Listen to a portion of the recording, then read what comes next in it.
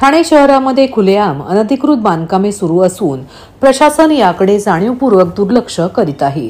याबाबत अनेक वेळा लेखी तक्रारी वेळोवेळी अधिकाऱ्यांकडे पाठपुरावा करून देखील अधिकारी कुठलीही ठोस कारवाई न करता टोलवाटोलवी करतात। प्रशासनातील अशा भ्रष्ट अधिकाऱ्यांच्या अनधिकृत बांधकामांना अभय देण्याच्या भूमिकाविरोधात ठाणे काँग्रेसचे अध्यक्ष विक्रांत चव्हाण यांच्या नेतृत्वाखाली वर्तकनगर प्रभाग समिती कार्यालयासमोर काही दिवसांपूर्वी लक्षवेधी आमरण उपोषण करण्यात आले होते। या आंदोलनाची प्रशासनाकडून तातडीने दखल घेत प्रभाग समिती लगत नाल्यावर बांधलेल्या एका अनधिकृत इमारतीच्या ठिकाणी पाडकाम करण्यात येऊन ही इमारत पूर्णपणे जमीनदोस्त करण्याचे व इतर इमारतींवर देखील कारवाई करण्याचे लेखी आश्वासन देण्यात आले। परंतु प्रत्यक्षात मात्र प्रभाग समितीपासून हाकेच्या अंतरावर असलेल्या व नाल्यावर बांधलेल्या या इमारतीला अभय दिल्याने जोपर्यंत ही इमारत जमीनदोस्त करण्यात येत नाही व इतर अनधिकृत बांधकामांवर कारवाईची भूमिका प्रशासन घेत नाही तोपर्यंत आमरण उपोषण चालूच ठेवणार असल्याचे ठाणे काँग्रेस अध्यक्ष विक्रांत चव्हाण यांनी सांगितले। तसेच यावेळी प्रभाग समितीसमोर चालू असलेल्या दुसऱ्या साखळी उपोषणाबाबत बोलताना ते म्हणाले की वर्तकनगर नाक्यावर PPP योजना जाहीर होऊन 4 वर्ष झाली। याबाबत महासभेचा ठराव झाला असून आयुक्तांची मंजुरी देखील आहे, परंतु त्या ठिकाणी असलेली अनधिकृत बांधकामे राजकीय दबावापोटी तोडली जात नाहीत। त्यामुळे न्यायासाठी ज्येष्ठ नागरिकांना रस्त्यावर उतरावे लागते। ही शरमेची बाब आहे। यांना देखील न्याय न मिळाल्यास आयुक्तांच्या दालनासमोर उपोषणास बसेन।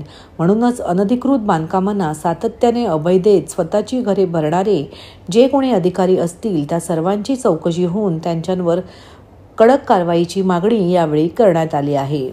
परवा आपण आंदोलन 4 तारखेला घेतलं होतं। संध्याकाळी आपल्याला साहेब आयुक्तांनी पत्र दिलं की आम्ही निष्कर्षणाची कारवाई आज केलेली आहे, उरलेली कारवाई उद्यापासून चालू ठेवू। मात्र त्यांनी आम्हाला गुळ लावलेला, तो अधिकारी आत बसलेला आहे आणि त्यामुळे जोपर्यंत ही इमारत तोडत नाहीत नंतर ते वर्तकनगर मधली 214 सर्वे क्रमांकामधले भूखंडावरती अनधिकृत बांधकाम आहेत। PPP वरती योजना सुरू केली महापालिकेने 4 वर्ष झाले। राजकीय दबावामुळे ती बांधकामं तोडत नाहीत। त्याच्यामध्ये राजू फाटक, प्रताप सरनाईक यांचे सगळ्यांचे फोन येतात त्याच्यामध्ये। त्यामुळे मंत्रिपदावरील माणूस अनधिकृत बांधकामांना संरक्षण देऊ शकतो का?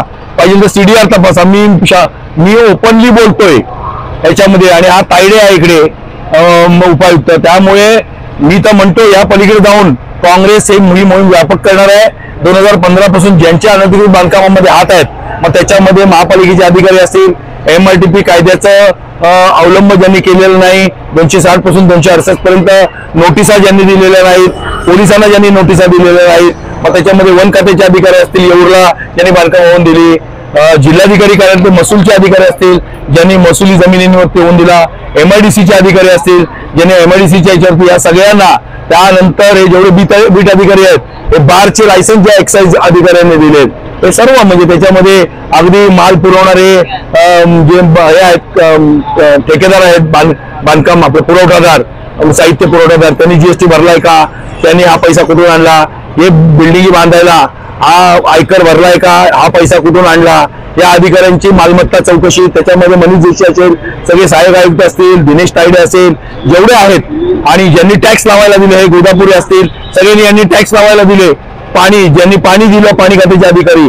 ज्यांनी वीज दिली, टोरंटवाले असतील किंवा MSCB वाले असतील, यांना या सगळ्यांच्या मालमत्तेची चौकशी करायची आणि या सगळ्यांना मग त्याच्यामध्ये स्ट्रक्चरल ऑडिटर पॅनलवरचे महापालिकेचे कसे काय देऊ शकतात की बिल्डिंग अनधिकृत इमारतीला ते लोक ऑडिट रिपोर्ट देतात की स्टेबल आहे म्हणून। VGTI आणि IIT म्हटलंय की जर जोता सर्टिफिकेट नसेल, OC नसेल, CC नसेल तर देऊ शकत नाही।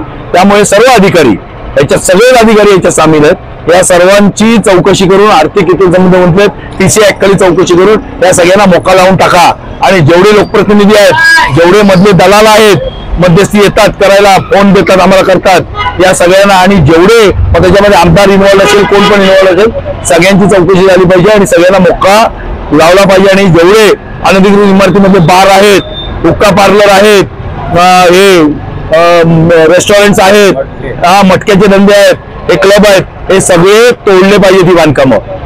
महाराष्ट्रातील भगिनींना आधार देणारी राज्य शासनाची मुख्यमंत्री माझी लाडकी बहीण योजना। या योजनेअंतर्गत अल्प उत्पन्न गटातील 21 ते 65 वयोगटाच्या भगिनींना मिळणार दरमहा 1500 रुपयांची मदत। अर्ज करण्यासाठी 31 ऑगस्ट 2024 पर्यंत मुदतवाढ. कुटुंबाचं वार्षिक उत्पन्न 2.5 लाख रुपयांपेक्षा कमी असलेल्या महिला पात्र. कुटुंबाकडे पिवळं किंवा केशरी रेशन कार्ड असल्यास उत्पन्नाचा दाखला आवश्यक नाही. पांढरं रेशन कार्ड असेल किंवा रेशन कार्ड नसेल तर कुटुंबाचं वार्षिक उत्पन्न 2.5 लाखांपेक्षा कमी असल्याचा दाखला आवश्यक. योजनेसाठीचा ऑनलाईन अर्ज नारी शक्ती दूत ॲपवरून किंवा पोर्टलवर भरता येईल. ज्या भगिनींना ऑनलाईन अर्ज भरता येत नसेल त्यांच्यासाठी अंगणवाडी, ग्रामपंचायत, वॉर्ड ऑफिस, सेतू सुविधा केंद्रामध्ये किंवा आशाताई बचत गटाच्या CRP यांची मदत उपलब्ध. आता आपल्याला अभिमानानं म्हणता येईल, सुखी आणि सुरक्षित आहे माझी लाडकी बहीण.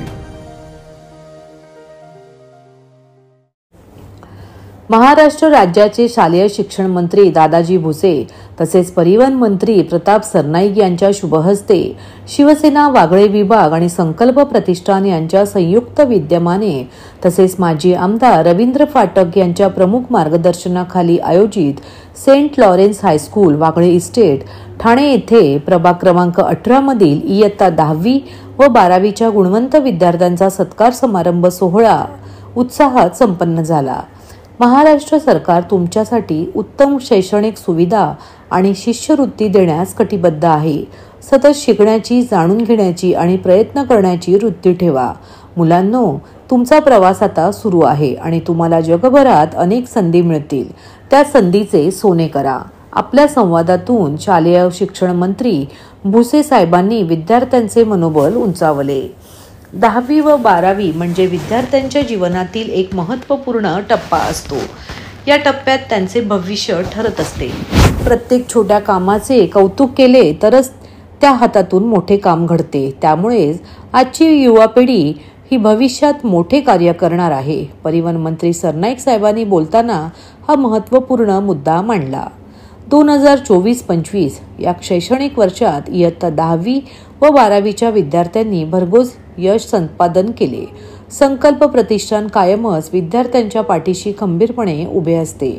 चांगल्या कामाला वाहवा करून कौतुक करणे आणि विद्यार्थ्यांना प्रोत्साहन देणे हे आपले कर्तव्यच आहे, असे मत माजी आमदार रवींद्र फाटक यांनी व्यक्त केले. विद्यार्थ्यांबरोबरच त्यांचे पालक आणि शिक्षक या सर्वांचेच कौतुक आणि सर्वांना भावी जीवनासाठी शुभेच्छा देऊन हा कार्यक्रम संपन्न झाला.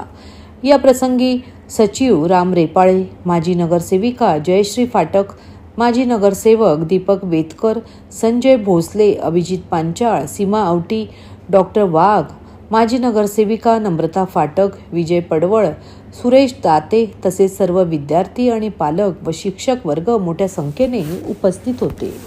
शिवसेना वागळे विभाग आणि संकल्प प्रतिष्ठानच्या माध्यमातून गेल्या 25 वर्षांची परंपरा आहे.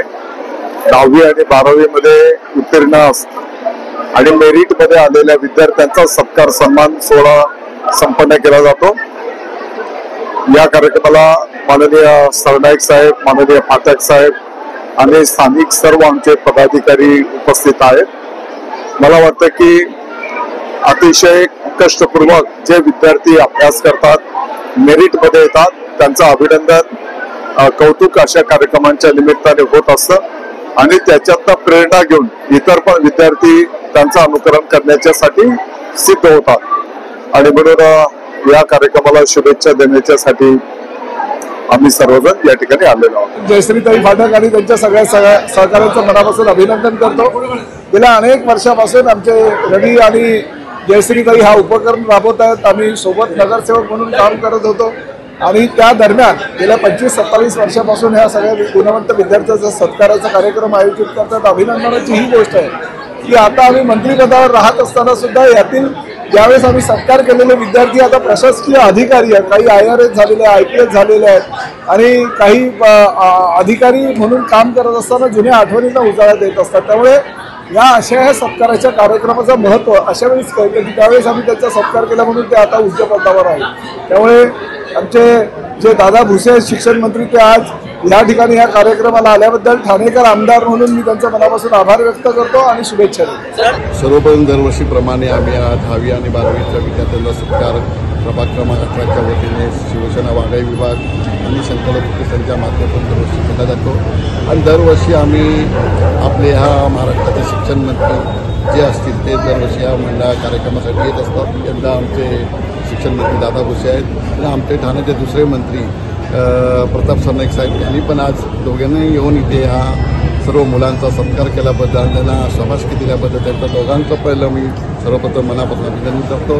त्याचबरोबर आमचे नेते महाराष्ट्राचे उपमुख्यमंत्री एकनाथ शिंदे साहेब यांच्या नेतृत्वाखाली आपण इथे या ठाणे शहरामध्ये ज्या गोष्टीच्या कार्यक्रमातून कार्यक्रम करण्याचे आशीर्वाद तर आहेतच आपल्याला, पण आपण सगळे कार्यक्रम करत असताना धर्मवीर आनंद दिघे साहेबांनी ही प्रथा सुरुवात केली होती. त्या सुरुवातीला आपण कायमस्वरूपी शिंदे साहेबांच्या नेतृत्वाखाली आम्ही हा कार्यक्रम उपक्रम चालू ठेवला आहे.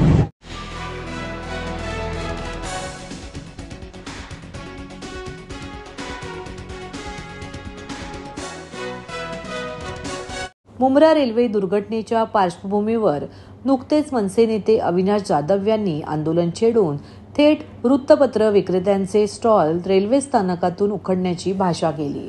जाधव यांचे हे वक्तव्य संतापजनक असून याच्या निषेधार्थ वृत्तपत्र विक्रेत्या बांधवांनी बुधवारी ठाणे स्थानकाबाहेर निदर्शने करून निषेध नोंदवला.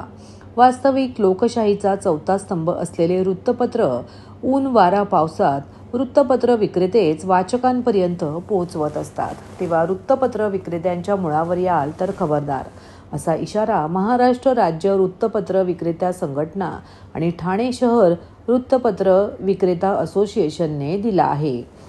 मुंब्रा रेल्वे स्थानकादरम्यान सोमवारी घडलेल्या दुर्दैवी अपघातात बळी गेलेल्या तसेच जखमी प्रवाशांबद्दल वृत्तपत्र विक्रेते संवेदनशील आहेत. परंतु या दुर्घटनेच्या पार्श्वभूमीवर मनसे नेते अविनाश जाधव यांनी केलेल्या निषेध आंदोलनात रेल्वे स्थानकातील वृत्तपत्र विक्री स्टॉल उखडण्याची केलेली भाषा अशोभनीय व अव्यवहार्य आहे. दुर्दैवी रेल्वे दुर्घटना झाली त्याबाबत बोलताना मनसे नेते अविनाश जाधव यांनी वृत्तपत्रांचे स्टॉल उखडून टाकणार अशी भाषा केल्यामुळे सर्व वृत्तपत्र विक्रेत्यांमध्ये संतापाची लाट पसरली आहे. हाच एकमेव व्यवसाय आहे ज्यामध्ये मराठी टक्का टिकून आहे. त्यामुळे तमाम वृत्तपत्र विक्रेत्यांच्या स्वाभिमानाला ठेच पोहोचवणाऱ्या मनसेच्या अविनाश जाधव यांचा वृत्तपत्र विक्रेत्यांनी बुधवारी दुपारी ठाणे रेल्वे स्थानकाबाहेर आंदोलन छेडून जाहीर निषेध नोंदवला. महाराष्ट्र राज्य वृत्तपत्र विक्रेता संघटना आणि ठाणे शहर वृत्तपत्र विक्रेता असोसिएशनचे अध्यक्ष दत्ता घाडगे यांच्या नेतृत्वाखाली छेडलेल्या या आंदोलनात वृत्तपत्र विक्रेते सहभागी झाले होते. यावेळी दत्ता घाडगे यांनी मराठी माणसाच्या या व्यवसायावर गदा आणण्याच्या मनसेच्या कृतीबाबत मनसे नेतृत्वाखाली जाणीव करून देत अविनाश जाधव यांच्या वक्तव्याबद्दल त्यांना योग्य ती समज देण्याची मागणी केली आहे. ही सोमवारी रेल्वेची दुर्दैवी घटना झाली. त्या घटनेमध्ये मयत झालेल्या कुटुंबीच्या दुःखात आम्ही सगळे सहभागी आहोत. मात्र त्या घटनेचं कुठेतरी राजकारण करण्याच्या उद्देशाने जे ठाण्याचे नेते अविनाश जाधव यांनी जे वृत्तपत्र विक्रेत्यांचे स्टॉल उघडून टाकण्याचं वक्तव्य केलं, त्या वक्तव्याच्या विरुद्ध आम्ही ठाम आहोत. याचा आमचा निषेध आहे. आम्ही वृत्तपत्र विक्रेते अतिशय प्रामाणिकपणे काम करतो. कुठेही कुठल्याही स्टॉलवरती 5 रुपयाचा पेपर 6 रुपयाला विकला जात नाही. आजपर्यंत कधी विकलाही नाही. ठाणे रेल्वे स्टेशनचे जे स्टॉल आहेत स्वातंत्र्यपूर्व काळापासून आहेत, सर्व लायसन धारक आहेत. ठाणे शहरामध्ये पण जे स्टॉल्स आहेत त्यांनाही सगळ्यांना लायसन्स आहे. आणि ह्या सगळ्या व्यवसायामध्ये मराठी टक्का मोठ्या प्रमाणावरती आहे. एवढं सगळं असताना आम्ही प्रामाणिकपणे सगळा व्यवसाय करत असताना कुठलंही कारण नसताना फक्त हव्यासापोटी किंवा प्रसिद्धीच्या हव्याचं जे स्टेटमेंट दिलं ते कुठं चुकीचं आहे. आणि जर आमच्या व्यवसायावरती कुठं चुकीचं वक्तव्य केलं असेल तर त्या वक्तव्याचं आम्ही ठाणे शहर वृत्तपत्र विक्रेता असोसिएशन आणि महाराष्ट्र राज्य वृत्तपत्र विक्रेता संघटना यांच्याकडून जाहीर निषेध करतो. आणि त्यांनी लक्षात घ्यावं की हा लोकशाहीचा चौथा स्तंभ आहे आणि त्या घटकातला आम्ही शेवटचे घटक आहोत. जर आमच्यावरती कुठंतरी असा दबाव आणून किंवा चुकीच्या मार्गाने जर प्रेशराईज करण्याचा प्रयत्न केला तर ते आम्ही खपवून घेणार नाही. आणि अशा ह्या सगळ्या गोष्टी झाल्या म्हणून आम्ही आमच्या संघटनेतर्फे जाहीर निषेध व्यक्त करतो. परिसर किंवा रेल्वे स्थानकामध्ये असे किती स्टॉल्स उपलब्ध आहेत? एक लक्षात घ्या, स्टेशनला 3 ते 4 स्टॉलच्या वरती नाहीत, 3 स्टॉल आहेत आणि स्टेशनच्या आतमध्ये एकच स्टॉल आहे. या 4 स्टॉलमध्ये कुठल्याही प्रकारचं इथं गर्दी आणि काही होत नाही. कारण हे 3 बाय 3चे पण स्टॉल आहेत. काही 1-2 स्टॉल तर फक्त सकाळचे आहेत. मात्र फक्त प्रसिद्धीच्या हव्यासापोटी जे काही स्टेटमेंट केलंय ते कुठंतरी चुकीचं आहे मला असं वाटतं. त्याच्यामुळं ह्या वृत्तपत्र विक्रेते अतिशय प्रामाणिकपणे काम करतात, स्वातंत्र्यपूर्व काळापासून करतात आणि त्यांचा कुठलाही स्टॉल वाढलेला नाहीये. त्याच्यामुळे हे व्यवस्थित करतात, प्रामाणिकपणे काम करतात. सगळे आपले मराठी व्यावसायिक आहेत. जर यांच्या विरोधात जर कुठं असं स्टेटमेंट केलं की उघडून टाकणार वगैरे जर भाषा केली तर यांचं आमचं ठाणे शहर वृत्तपत्र विक्रेता असोसिएशन आणि महाराष्ट्र राज्य वृत्तपत्र विक्रेता असोसिएशन संघटनेतर्फे आम्ही यांचा जाहीर निषेध व्यक्त करतो.